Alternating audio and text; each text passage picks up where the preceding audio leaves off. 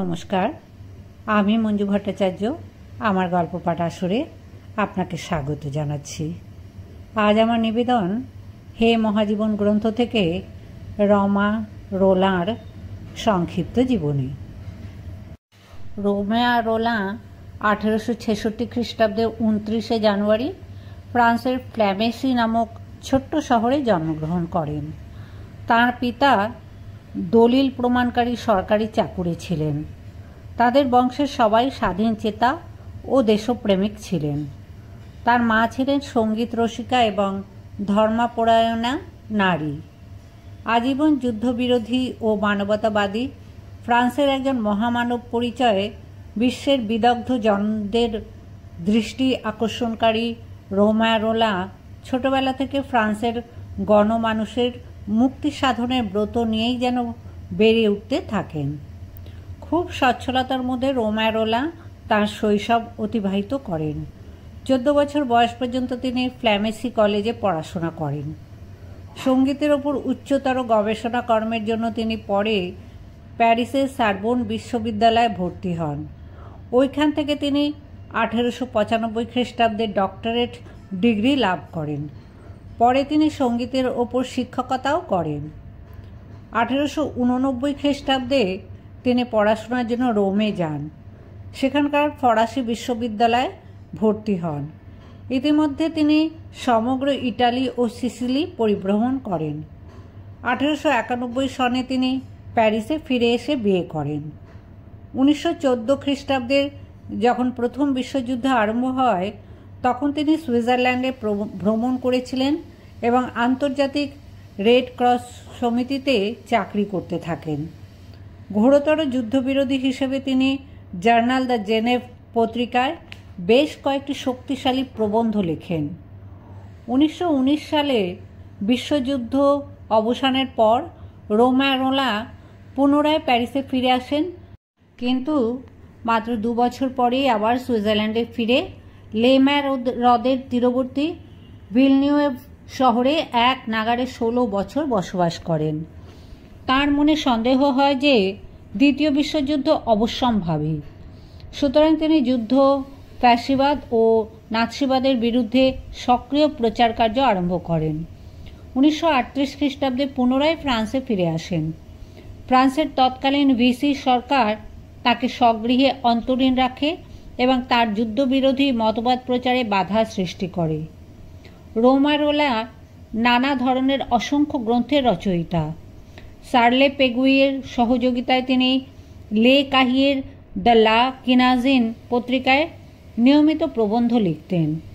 এই পত্রিকায় 1904 থেকে 1911 খ্রিস্টাব্দ পর্যন্ত তাঁর বিখ্যাত উপন্যাস জঁ ক্রিস্তফ ধারাবাহিকভাবে প্রকাশিত হয়।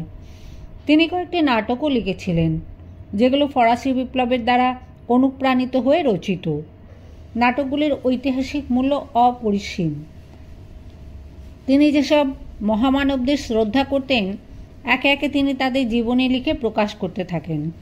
তিনি 1908 সালে মাইকেল অ্যাঞ্জেলো, 1911 সালে টলস্টয়, 1930 সালে গ্যাটে এবং বিটোভেন এবং নতুন এক ভারতের প্রফেটরা শীর্ষক গ্রন্থসমূহ প্রকাশ করেন। তিনি কবিগুরু রবীন্দ্রনাথ ঠাকুর, রামকৃষ্ণ পরমহংসদেব এবং মহাত্মা গান্ধীকে খুব সম্মানের চোখে দেখতেন। যেহেতু তিনি আজীবন শান্তির সপক্ষে কাজ করে এসেছেন, সেহেতু তিনি ভারতের এইসব শান্তিবাদীদের সঙ্গে একাত্মতা ঘোষণা করেন। শরৎচন্দ্রের শ্রীকান্ত অনুবাদ পাঠ করে তিনি বইটাকে নোবেল পুরস্কার পাওয়ার যোগ্য বলে মত প্রকাশ করেন। 1921 সনে রোমা রোলাঁ রবীন্দ্রনাথের সাথে সাক্ষাৎ লাভের পর তার সাথে খুবই ঘনিষ্ঠ হয়ে ওঠেন। মানবতাবাদী রবীন্দ্রনাথকে তিনি শ্রদ্ধার চোখে দেখতেন এবং অত্যন্ত আপনজন মনে করতেন।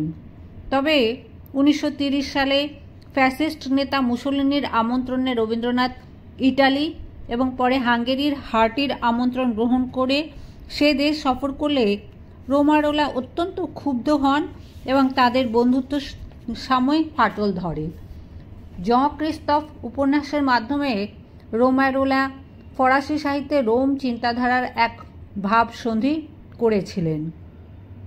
উপন্যাসের নায়ক ক্রিস্তফ ক্রাফট এক জার্মান সঙ্গীতজ্ঞ, যাকে রোমারোলা বেটোভেন এবং নিজ জীবন ইতিহাসের সংমিশ্রণে সৃষ্টি করেছিলেন। 1920 সন থেকে তাঁর দৃষ্টি পড়ে প্রাচ্যের ইতিহাস ও সংস্কৃতির ওপর। 1924 খ্রিস্টাব্দে তিনি রচনা করেন মহাত্মা গান্ধী।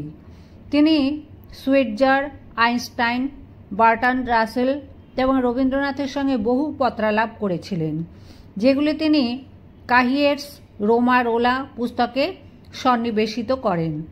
74 বছর বয়সে তিনি তাঁর ঘনিষ্ঠ বন্ধু কবি পেগুর জীবনী লিখে প্রকাশ করেন।